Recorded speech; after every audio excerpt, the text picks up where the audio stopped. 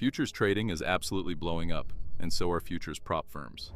In this video, I'm going to share the top 5 futures prop firms, along with a complete breakdown of their rules. So, let's jump right into the screen. Alright, let's break this down properly. So what is a prop firm?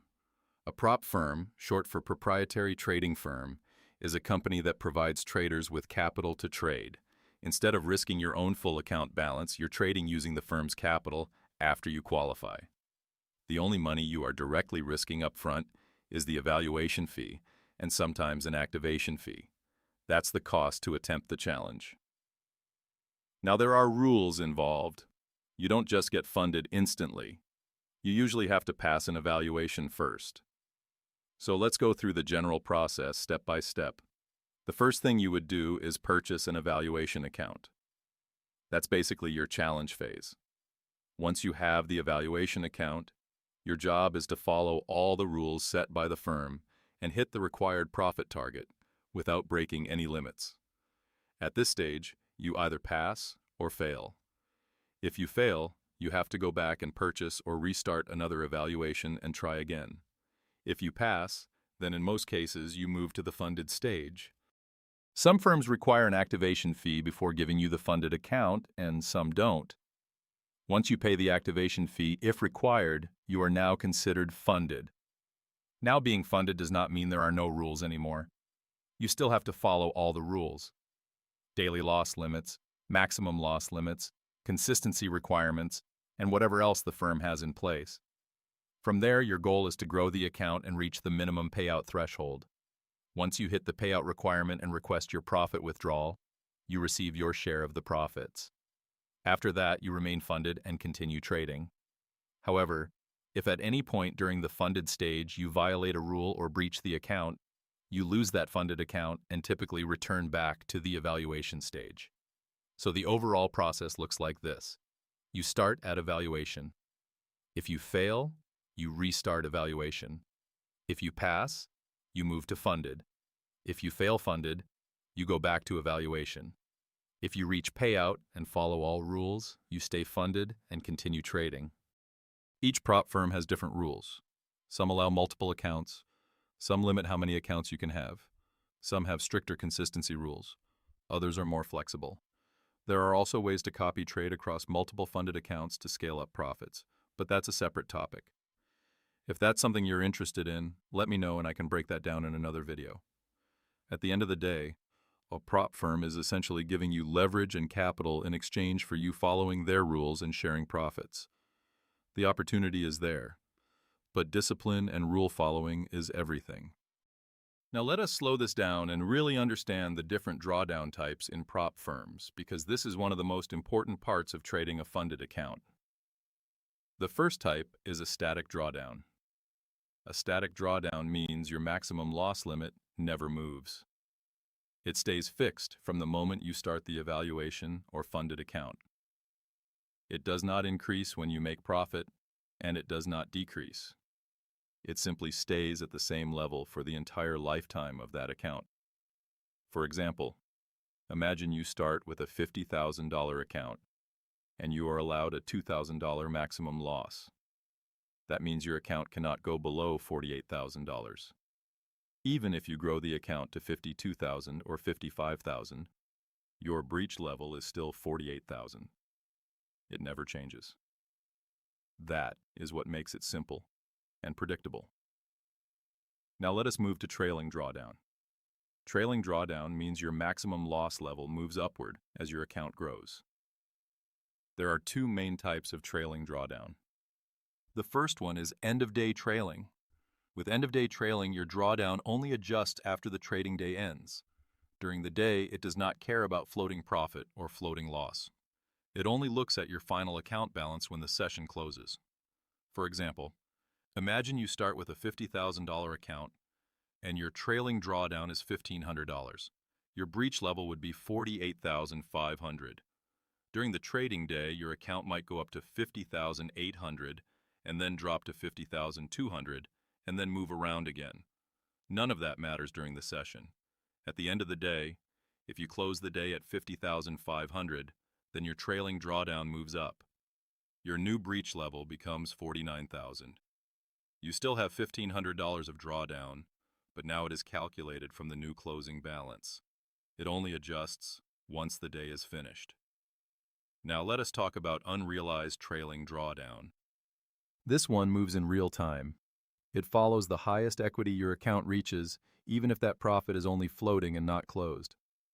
For example, you start at 50,000 and your trailing drawdown is 1,500. You enter a trade and at one moment your floating profit reaches $1,000. Your equity shows 51,000. At that moment, the trailing drawdown adjusts upward based on that peak equity. Now imagine price reverses and you close the trade with only $300 profit.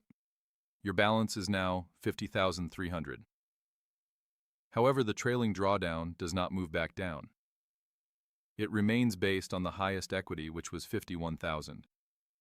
That means your allowed loss is now tighter than you might expect. If you take another loss after that, you could breach the account more easily because the drawdown followed your highest unrealized profit. So the key differences are simple. Static drawdown never moves. End-of-day trailing moves only after the session closes. Unrealized trailing moves in real time based on peak equity. Understanding which type your prop firm uses is extremely important because it directly affects how you manage your trades and your risk. Now, on some prop firm accounts, there is not only a maximum loss limit, but also a daily loss limit. This is slightly different from the trailing structures we just talked about. On certain firms, such as accounts similar to TopStep, the daily loss limit does not automatically fail the account permanently. It simply stops you from trading for that day. Let me explain that clearly. Imagine you start the account, and on the first day you take losses and hit your daily loss limit. Once you hit that daily threshold, you are done trading for that session. However, the account itself is not blown. You are not permanently disqualified. You just cannot trade anymore that day. Now your maximum loss limit remains unchanged. It is still sitting at the original level. The next day you come back and start trading again. If on the second day you hit the daily loss limit again, and at the same time your losses also bring you down to the overall maximum loss limit, then the account would fail. So the daily loss limit is like a temporary stop for the day, while the maximum loss limit is the true account killer. Now let us consider another situation.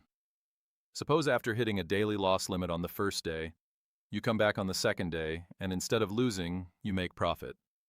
At the end of that profitable day, if the account uses end-of-day trailing, the maximum loss limit will trail upward because your closing balance is higher than your initial balance. So if you are now above your starting balance, your maximum loss limit will also move up accordingly. That means your cushion improves as your account grows. Now let me explain what failure would look like in this structure. On the first day, you hit the daily loss limit. You are locked out for the day, but the account survives. On the second day, if you trade again and your losses push you down far enough to hit the maximum loss limit, then the account is failed completely. So you have to be aware of both limits. The daily loss limit controls your behavior within a single session. The maximum loss limit controls the lifetime of the account. If you hit the daily loss limit, you stop for the day. If you hit the maximum loss limit, you lose the account. Understanding how those two interact is extremely important when managing risk on a prop firm account. Now let us look at a few examples of evaluation accounts and compare them in a practical way. You will often see different prop firms running discounts. For example, Tratify might have around 30% off during certain promotions. My funded futures may not always have a large sale running, but they sometimes offer around 5%. Alpha futures may usually offer around 15%. Top 1 futures sometimes advertises large discounts such as 60%. Apex Funding often runs aggressive promotions and may offer discounts as high as 80% throughout the year. Now, while discounts look attractive, the discount alone should not be the only thing you focus on. You also need to look at the drawdown type and daily loss limits.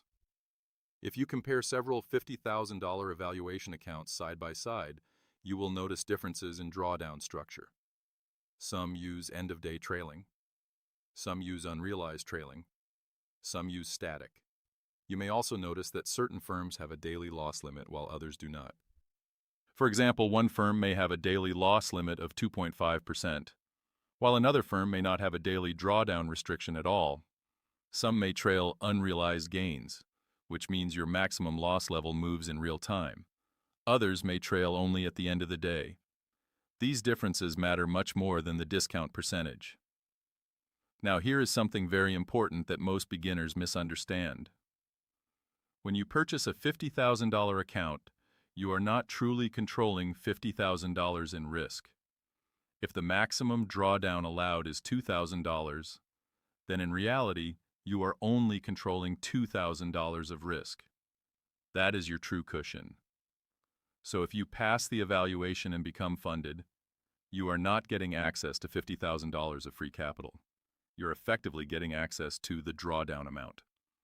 That is why understanding drawdown is more important than focusing on the headline account size. Now let us talk about costs.